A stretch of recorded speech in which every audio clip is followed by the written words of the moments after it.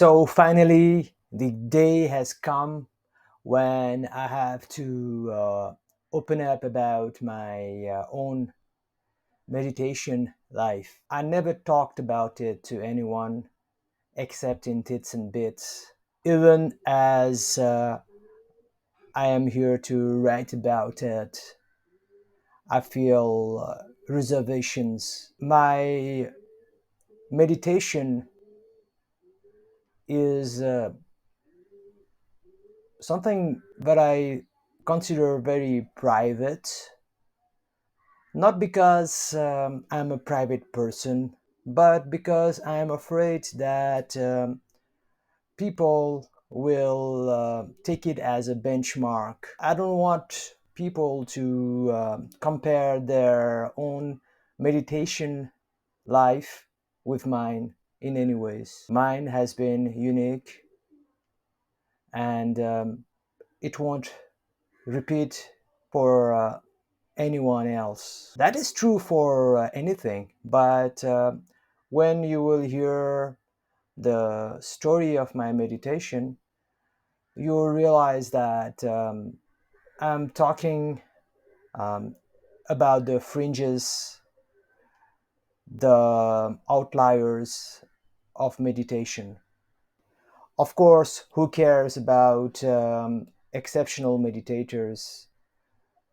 It's not like talking about the exceptionally talented geniuses of science or the billionaires. Meditators do not make um, significant and observable impact in the world in any way. But is that so? That's not a question for me to answer at this point. And eventually, throughout this book, you'll find that it will be answered in one way or the other. The story that I'm going to outline about my meditation here is only from the point of view of someone who sees my physical body and behaviors. I will not talk about the internal changes in consciousness that occurred during that period. This is because I will be covering the same meditation story in terms of consciousness transformation in the relevant chapter later on. For now, I just want to limit myself to the external behaviors and the physically observable things about my meditation story. As you can see, the structure of my story, it is divided in various periods of my life. It starts when I'm 17 and ends when I'm 50, which is my current age now. As I have mentioned to you earlier on, I have practiced thousands of meditation techniques throughout my life. Some are dramatically different than the early one, while others are minor modifications from the early one. But nonetheless, they are categorized as different. I will not go into all of them.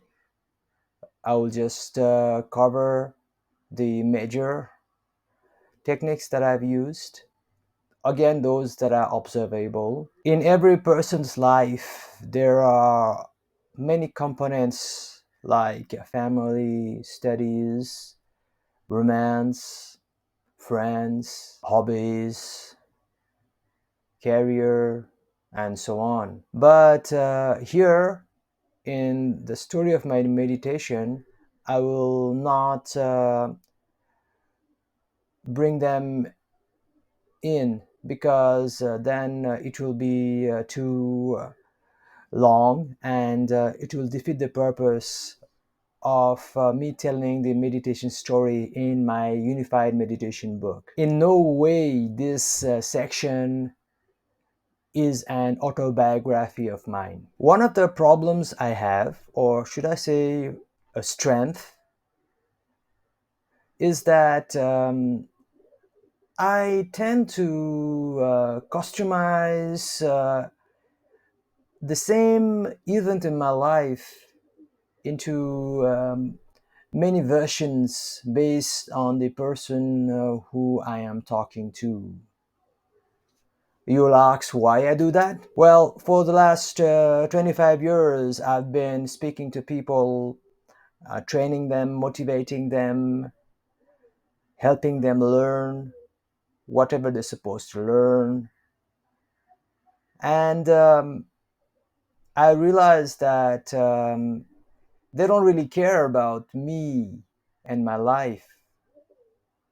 However, they really need to have somebody illustrate how the events in my life can help them given the circumstances that I know about them.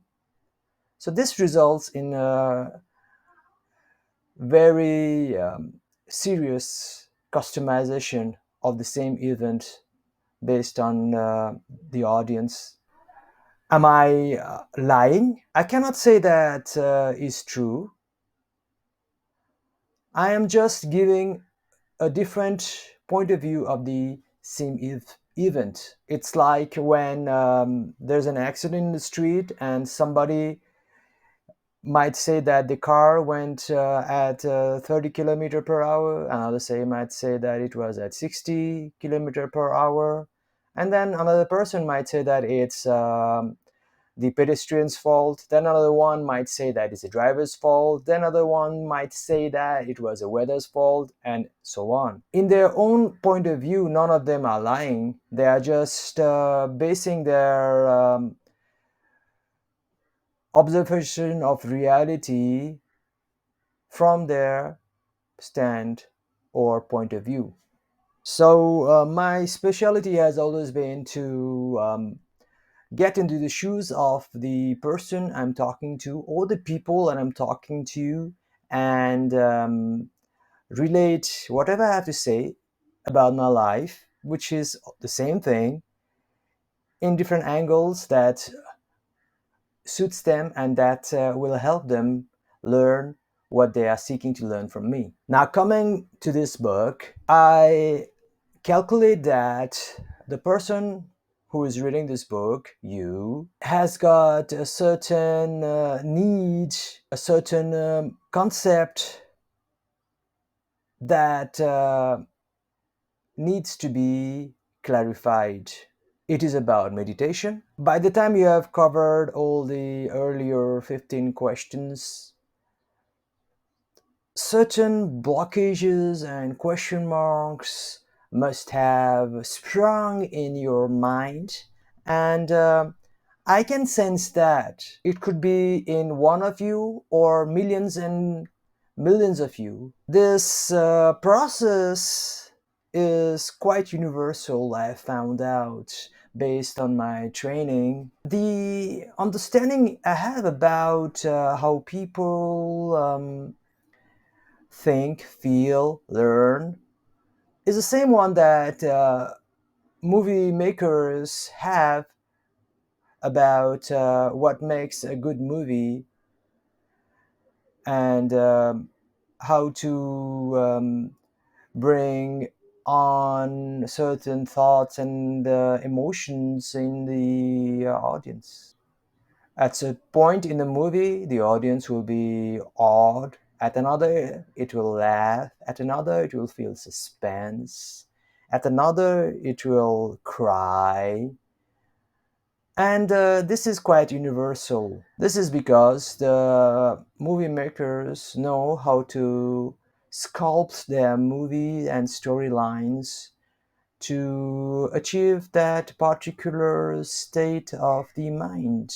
Similarly, I believe that by now you have a certain state of mind, and I'm going to tell my meditating story focused on that particular mental disposition of yours. I might be wrong, but it's better than just fulfilling my ego and bombasting about my achievement in meditation. It might also be true that what I'm going to share about my meditation story might not be relevant to you. In that case, I apologize ahead of you reading it, but definitely having read it won't do you any harm, and you can get some kind of reference on what is a meditation life, if there is anything like that. On top of that, you'll get to know your author in a more and meaningful way. So let us begin. I had never thought or heard about meditation until there were episodes of Ramayana and Mahabharata, which are Hindu scriptures that showed on television when I was 15. In those days, television was just 2 hours a day, and the weekly episodes of those serials about gods, demigods, yogis, rishis, the good versus bad, the demons, were everything that not only kids and that even adults were looking forward to. In those serials, which were really well made in those days, there used to be various rishis and yogis and kings and demons meditating and attaining boons from the gods, like I told you earlier. But apsaras or heavenly damsels trying to woo the meditator out of his meditation before he could call upon the gods and forcing them to give him a boon. Sometimes those heavenly damsels succeeded in seducing the rishis, and sometimes they failed. Besides the general theme of the victory of truth over falsehood and good over bad, this story about meditation and the potential that it carried inspired me. And I never really thought that I was a meditator in any way at that time. It's stuck in my mind. And then we watched hundreds of episodes of those serials. We learned about our own Hindu stories from television, which was wonderful. In earlier times, the same stories were told by grandparents and uncles and aunties, but now they were televised, and that was a great thing.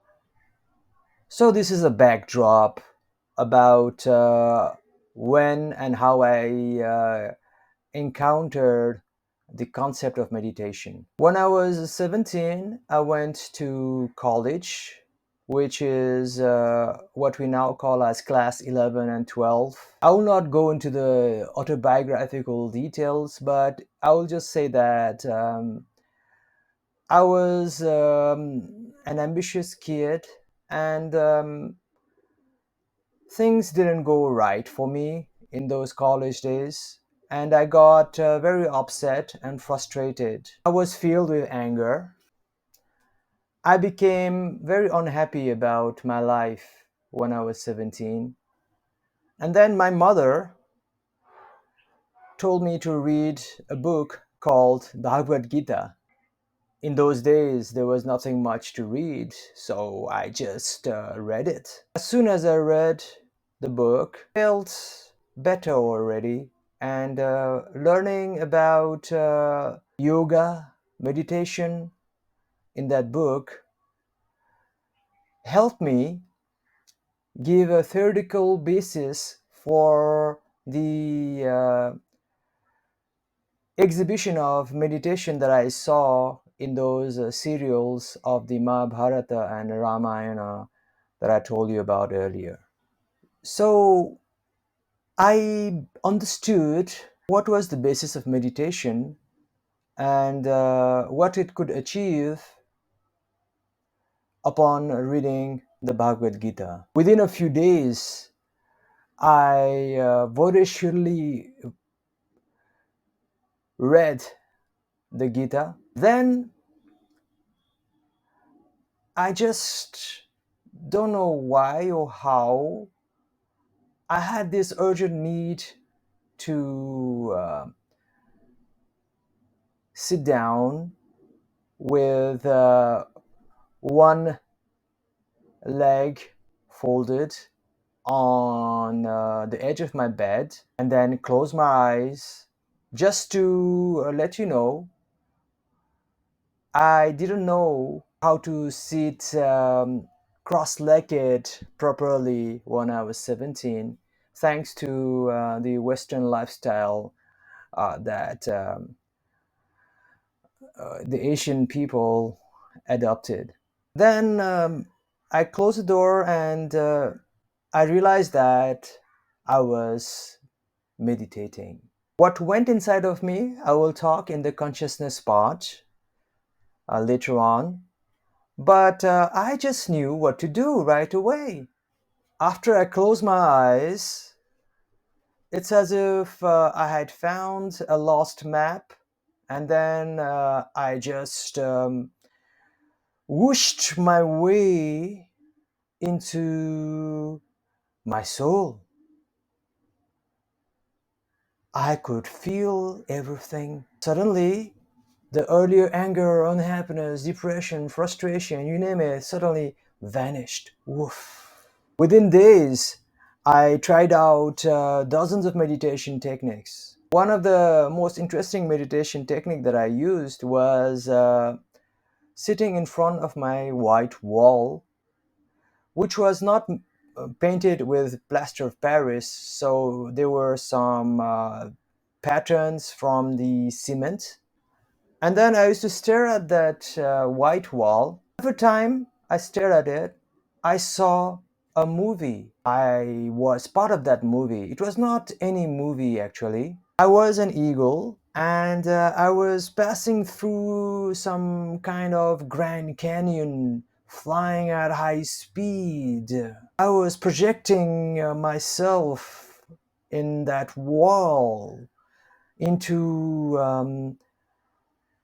amazing worlds. Sometimes there were people, sometimes they were not, but I was always the observer, flying above them, hovering fast. Within a month of meditation, I began feeling various superpowers, you might call them. If I was not self aware and if I was not guided from within, I would have gone to a psychologist and tell them that I had gone mad and give me some meds so that I can become normal again. However, I knew that it was just a transition because of my meditation practice. So I did not panic despite all those sensory changes that I experienced. Eventually, the various superpowers disappeared and they led to a heightened consciousness, more intelligence, and so on. Again, I'll talk more about this consciousness shift later on.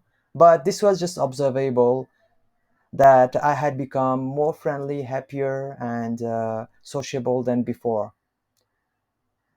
In the eyes of other people, I was becoming more sociable and a better person. Eventually, I was able to become happy, and then just like that, I stopped meditating and started living like every other person and every other student of my age. And so life went smoothly.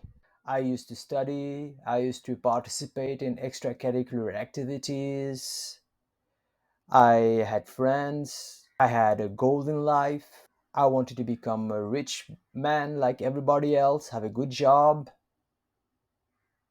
get married, and so on. I was in university at that time studying engineering.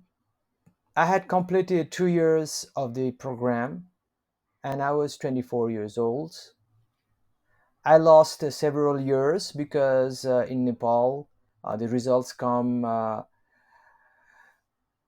after 1 year after you give your class 10, another 1 year after you finish your class 12, and then I had lost 1 year trying to study engineering or going to India for further studies. But eventually, I studied in Nepal itself. Anyway, so I was 24 years old, and again, life be- became a series of negative events. What events they were, I will not go into that because it will lead us astray our objective. Suffice to say that they were not pleasant emotions that resulted. And again, I was angry, unhappy, depressed. I did not know what to do.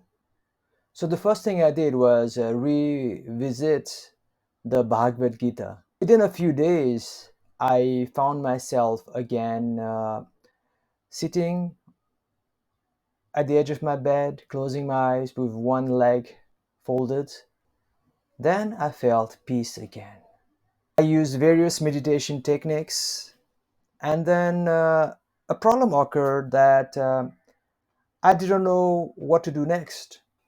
Basically, I was stuck in my meditation practice. Then I was inspired from within to go to a certain bookshop in town.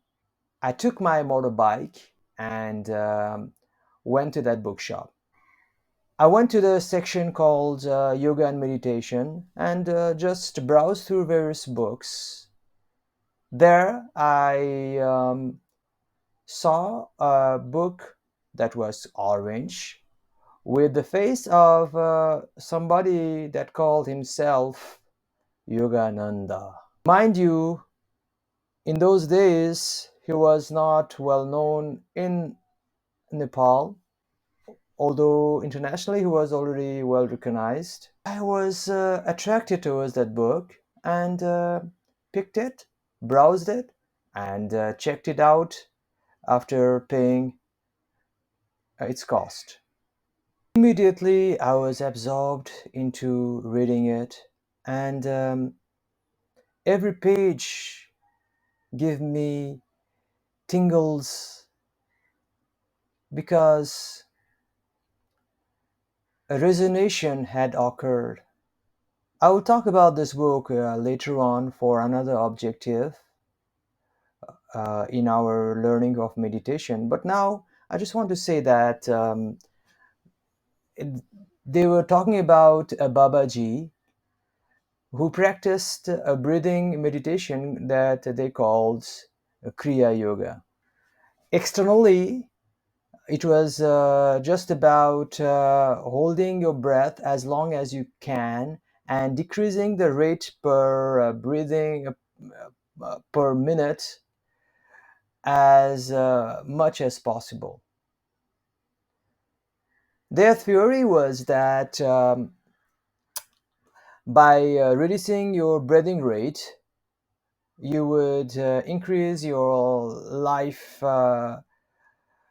period and calm your mind, as well as cause evolution in consciousness, and even the acquirement of powers, superpowers, I mean.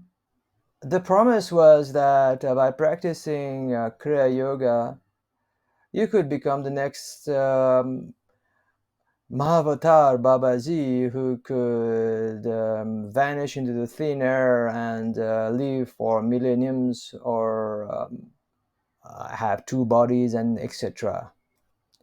In my inner state of unhappiness is not exactly what I was looking for. That means those psychic powers and all those things like living for eternity. That didn't make much sense. But I just knew that the technique that they were talking about was what I needed to practice. Again, that technique of Kriya Yoga was referenced to two main verses in the Bhagavad Gita. I read those verses and it just clicked. I already knew by then, because of my meditation when I was 17, that I was no ordinary meditator. I was a rebirth, a person who is aware of his past life. Everyone is a rebirth, but not everybody remembers what they did in their past lives. So, in terms of meditation, I knew exactly what to do now, because I already knew that I had been at this point in my meditation. By the age I was 24, I already knew that the knowledge of meditation that passed on from my past life was not complete, because it's like saying when a computer crashes and you try to transfer information to another computer, then not all the information might go. Well, this is what happened. A lot of stuff came back to me from my past life, but certain information was missing, and this particular book by Yogananda had that missing information that was again linked to other book called Bhagavad Gita. Amazingly, it just was like written on black and white in front of me. It was so obvious for me. There was no doubt. So I started to practice the breathing control yoga or meditation. I started at home, and then I sensed that I was not progressing, because my legs were not folded. I did not have the inner power required to make the progress. So through several months, I practiced crossing my legs, and eventually, after about 5 to 6 months, I was able to sit in Padmasana for an hour. Eventually, um, after every time I was able to cross my legs for a short or long period of time, I was able to make lots of progress in my Kriya Yoga practice. I calculated my breathing rate. At the beginning, it was around 10, 15 breaths per minute.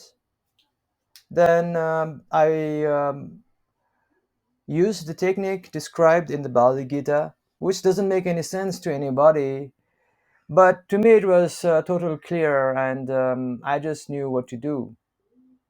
Mind you, this particular technique was not written in the book of Yogananda, and they were saying that you have to approach a certified master. Ha! I don't need a certified master. I just know what to do, and the Bhagavad Gita had got that principle, and then I just practiced it. Then within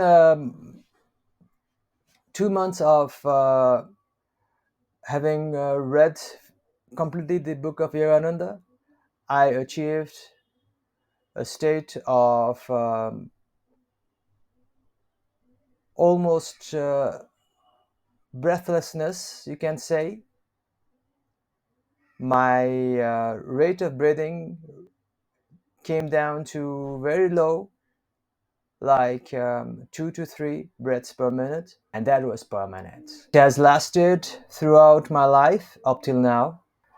We'll talk more about techniques later on, but you might be confused, so I'm just trying to clarify. Breathlessness doesn't mean that you don't need any air, and if you shut your nostrils, you can still live. No, that is absurd. It just means that there is some kind of exchange of the ingoing and outgoing breath that goes on in the nostrils without much effort. And this leads to lots of inner shifts, which again I'm not going to cover here, and I'll be covering in the subsequent chapter. At 24, I was in university, and my meditation need became so demanding that I had to meditate while in university itself. I just couldn't stop. But I did not want to drop my studies. I wanted to graduate.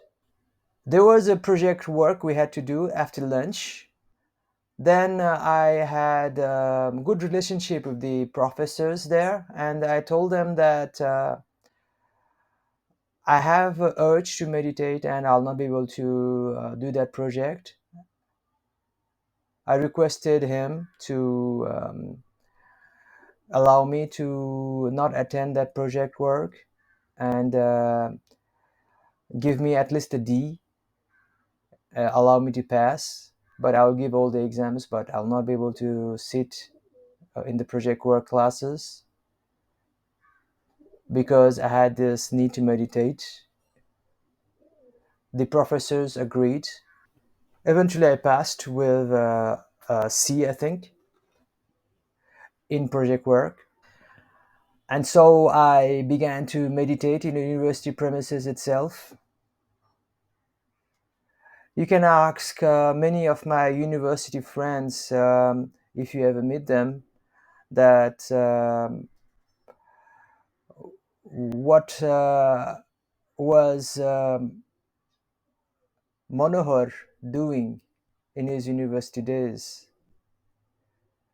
Some people might say that he was gone totally nuts and he was even meditating in university itself.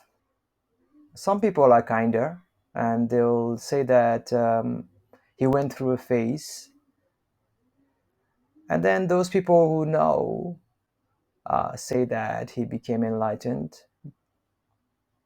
Although that is not true because it took much more time for me to find enlightenment. So throughout my university's 2 years, I meditated, and people were accustomed to me because I was not causing any trouble. There was a 1 year gap in which I stopped meditating because I didn't have the urge anymore, and I focused fully on both my studies and my projects. I was doing great, and I got a B in my studies and project work. I got A. This phase of my life, in terms of meditation, hasn't ended. After graduation, again, I met with frustration, depression, anger because I couldn't get a job. Most of it was because I was maybe overconfident and I was seeking. Can you imagine the job of a strategic planner? How much more misguided can anyone be? But this was me. And then I didn't want certain jobs like becoming a mechanic, which was the natural career path for my mechanical engineering degree. I didn't want to go to a hydropower station. I didn't want to get a government job. Come on, so obviously I was born to be frustrated, and this I was frustrated. Now you must have guessed that this was a prelude to my meditation. And in no time, I was again sucked in like the vortex of a tornado, or I don't know what, hurricane, into meditation. I just had to meditate. To the dismay of my family, um, after graduation, I just couldn't function properly because the pull of meditation was too strong. And I ended up meditating up to 8 hours a day. Sometimes it reached 10 hours. I was given a flat in my house, so I was fully alone in that flat. My mother called me up for dinner, lunch, and tea. And the rest of the time, I was meditating in my own flat. I used lots of techniques from mindfulness to memory control to tantra, and I knew everything, what to do next, when to stop, what was the goal. It was just so clear to me. All I had to do was practice, and that I did. Somehow, my mother was very supportive, and subconsciously, she must have known that there was no harm being done. 5-year-old son, instead of trying to look for a job or doing his MBA or master's in engineering, stuck in his room meditating whole day, she knew something. She knew that I would come out. And then in a period of 6 months, I came out. My meditation was complete, and I felt that there was no more need for me to meditate. So I decreased my hours of meditation from 10 hours to 6 to 5 to 2. And I started to look for a job. But before I could find a job, there was another calling inside of me, and that led me to take up a training in counseling. It was very expensive training, and the provider was a crook, I knew, but I also knew that there was no other way for me to get the jump in my career without this particular training. And so I allowed myself to be scammed and took up this training, and I became a certified counselor. I started a small NGO or non-government organization, registered it. All the time I was guided from within. You've got to understand this. Within several months, I realized that this is not where I was going, and I just dropped the organization and started to look for a job. I found one. At the same time, because of my inner drive, I went to some monastery, and there I met a foreigner, gave him a lift, and one thing led to another, and I was invited to have an internship in a management consulting firm in Singapore. So after working for several months in Nepal, I went to Singapore. There, you bet that I never meditated for quite a long time because had lots of fun, lots of excitement looking at the material opulences and beautiful life, uh, free life, independent life that I had over there. This ends the second phase of my meditation life.